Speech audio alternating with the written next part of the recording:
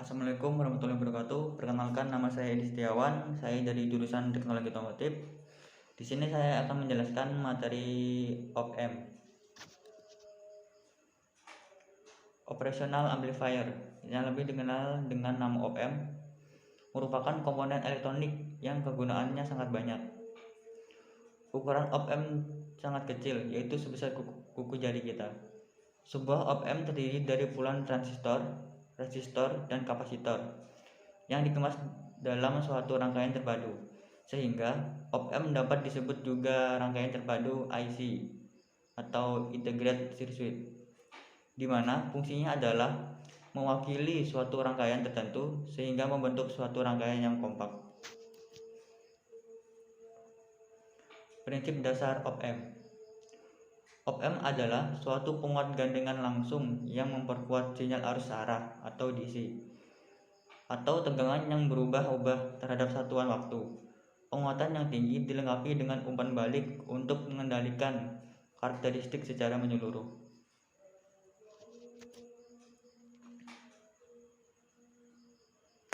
Berikut adalah simbol dari OPM tersebut.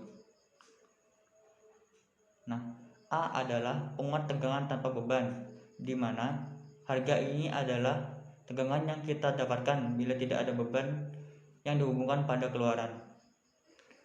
Tegangan masuk V1 dan V2, dan tegangan keluaran V0 dihitung terhadap jalur tanah. Sumber tegangan VCC yang diperlukan oleh OPM ada dua macam, yaitu sumber tegangan positif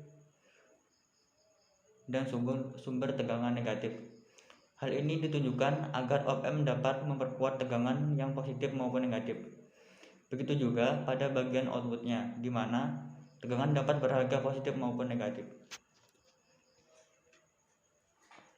Semua jenis OPM mempunyai tiga buah bagian, yaitu penguat diferensial, berimpedansi input tinggi, tingkat penguat sinyal, dan output berimpedansi rendah.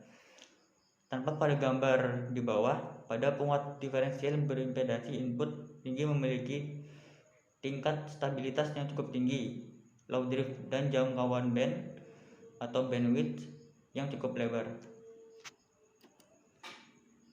Karakteristik OPM. Faktor penguat AV atau open loop gain tak terhingga, artinya jika ada perubahan sedikit saja pada bagian inputnya, maka akan menghasilkan perubahan yang sangat besar pada outputnya. Yang kedua, bila inputnya sama dengan 0, maka outputnya juga 0. Yang ketiga, impedansi input tak terhingga, artinya inputnya tidak akan menarik daya dan tidak sebelumnya, sehingga yang diperlukan hanya perubahan tegangan saja. Yang keempat, impedansi pada bagian outputnya sangat rendah atau 0, artinya dengan outputnya akan tetap walaupun impedansi beban hampir 0. Yang kelima, lebar bandwidth tidak terhingga, artinya penguat dan DC sama frekuensi tak terhingga tetap sama. Rest time sama dengan 0, artinya waktu yang dibutuhkan untuk mencapai harga puncak pada sinyal output akan sama dengan pada sinyal input. Dan yang terakhir, tidak peka terhadap perubahan tegangan sumber atau perubahan suhu.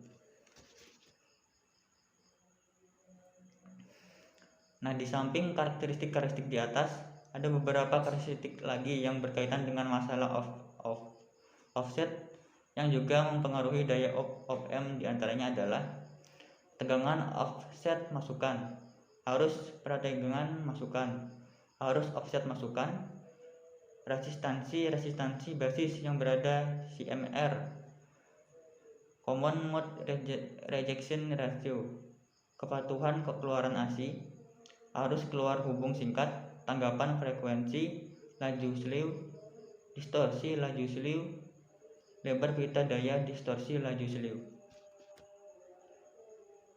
Aplikasi penggunaan OPM.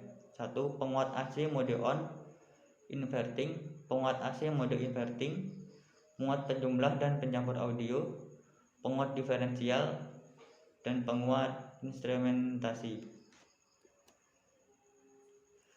Rangkaian penguat nonlinear. komparator, integrator, diferensiator, pengubah bentuk gelombang, dan yang terakhir pembangkit gelombang atau osilator. Ya baiklah, terima kasih. Wassalamualaikum warahmatullahi wabarakatuh.